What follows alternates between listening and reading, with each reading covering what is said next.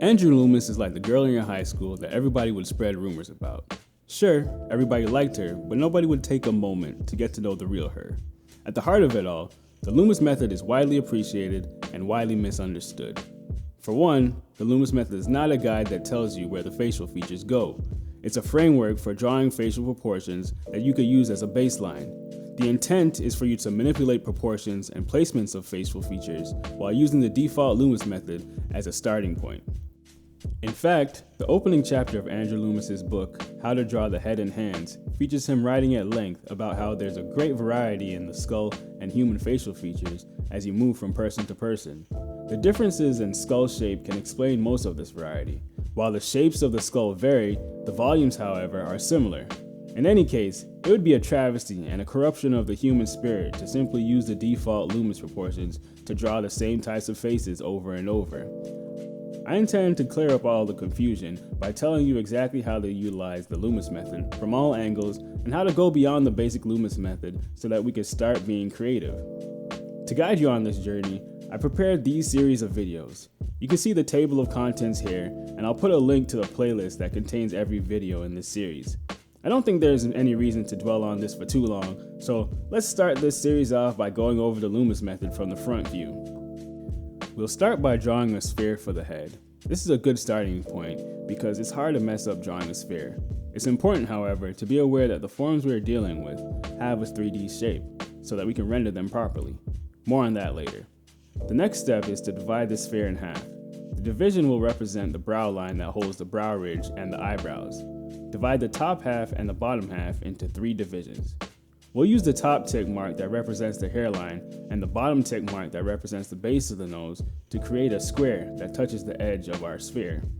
This square represents the width of the front of the head. For the back of the head, we can draw an arc from the top of the square to the brow ridge. This arc should land about halfway between the sphere we originally drew and the square representing the width of the face. We can use the width of the back of the head to find the size of the eyes. First, let's find the vertical placement of the eyes.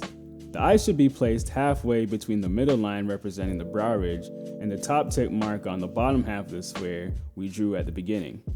The back of the head is 5 eyes wide, and we can use this fact to find out how wide the eyes should be.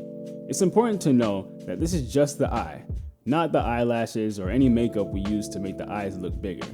Now we can place the eyebrow on the brow ridge line. Next, let's draw the nose. The bottom tick mark on the bottom half of the sphere represents the location of the base of the nose. We aren't going to focus on anatomy too much in this video, so we'll just use a diamond for the nose. Now that we put the nose in, we could draw the ears. The top of the ears lines up with the middle line we made for the brow ridge, while the bottom of the ear lines up with the tick mark we made for the nose. At the very bottom, we have the chin. The distance between the hairline and the brow ridge and the nose and the chin are all equivalent. We can use that spacing to place the chin. We can divide the distance between the base of the nose and the chin into 3 sections. The top tick mark is the location of the mouth line. The bottom of the top row of teeth should be placed just under this line. Finally, we can place the jaw. This diagram is what we'll refer to as the Loomis Method template, and we're going to use it for the rest of the videos in these series. As I stated before, we'll be able to use this diagram to create different types of faces and also to understand faces that we choose to draw from life. It's helpful to understand the planes of the face as well as the positioning of facial features so that we could render, color, create contour lines, or simply draw figures in a 3-dimensional way. We'll start with our Loomis Method template and draw on the planes for the eyes.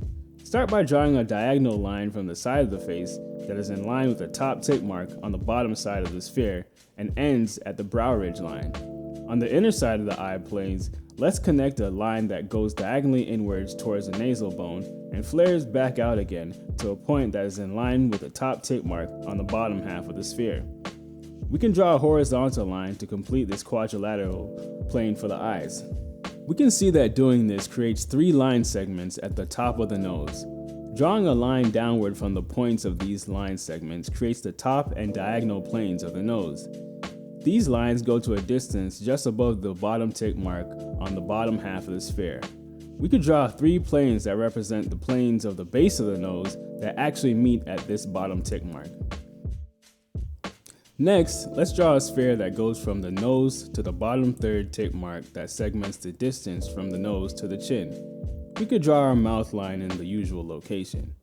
Now, we could draw a sphere below the eye planes to represent the cheeks and a trapezoidal shape to represent the chin. Next, we draw a line from the top of the chin that just barely touches the spheres we made for the mouth and the cheek.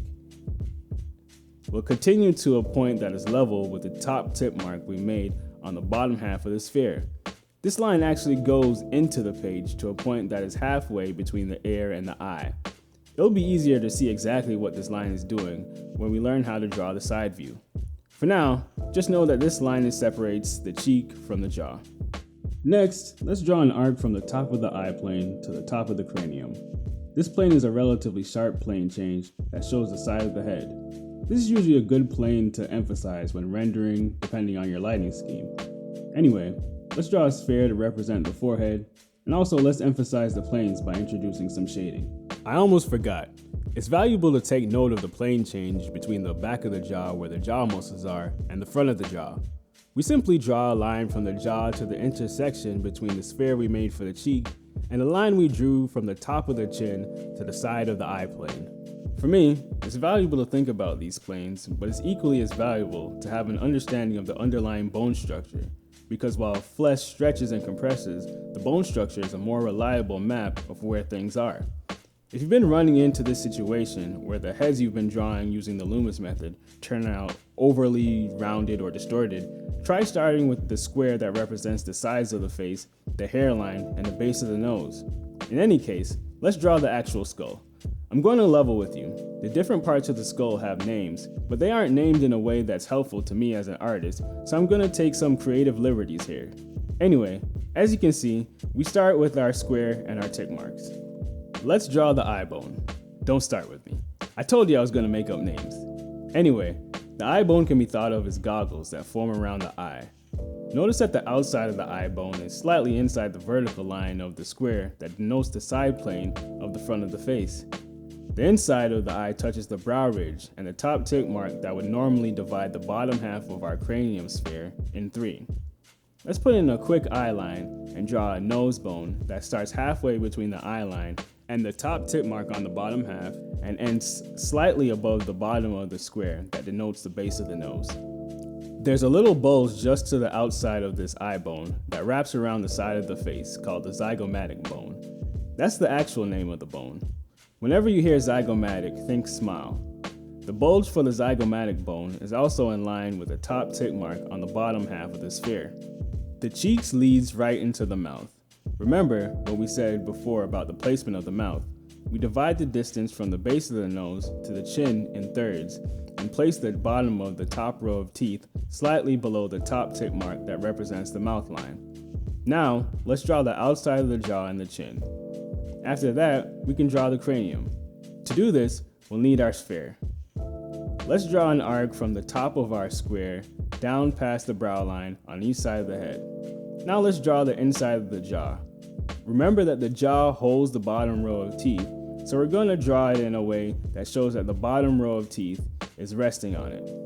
And that's pretty much it. We can add some shading for the eye sockets and the inside of the jaw, and we're done. While we're here, I'll do a little demo of how to use this Loomis method to draw a face without reference so you can see the utility of the Loomis method.